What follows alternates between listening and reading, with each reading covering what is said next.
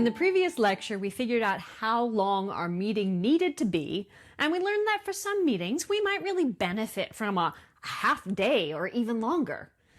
And boy, isn't that tricky. Like, who's got an extra day just sitting free on their calendar? Do you? Well, not me. And probably not the people you need involved in your complex, high-stakes meetings.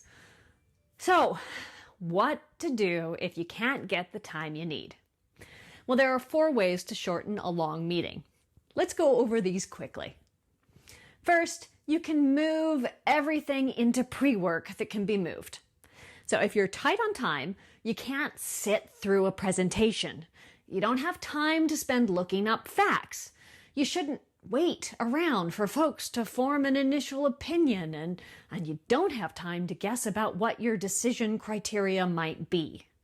So all of that work can be assigned as pre-work before the meeting.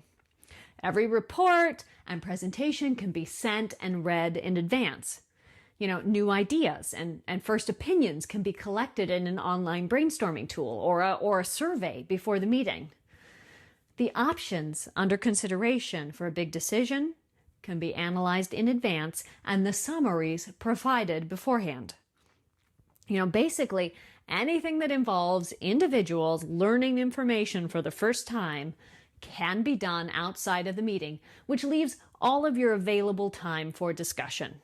Strategy 2 is to cut things from the agenda. This works great.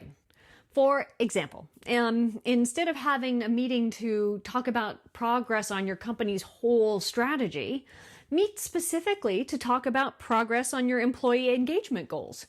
Stay super focused and limit the agenda to the most important topics only. Now, if you remember the lecture about the real-time agenda technique, that's exactly how that works. When your time is limited, that technique helps you get your agenda focused down on only those topics that really need the time. Strategy 3 is tight scheduling and strict adherence to timers.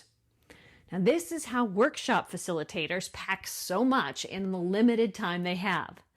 They schedule a maximum time for everything, and then they use a stopwatch to run that show. This makes sure they get through everything on the list, at the risk of rushing and sometimes cutting people short.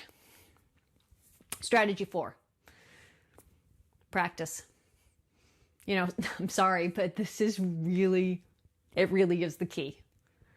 You will get better at running short, effective meetings by actively trying to run short, effective meetings and learning as you go.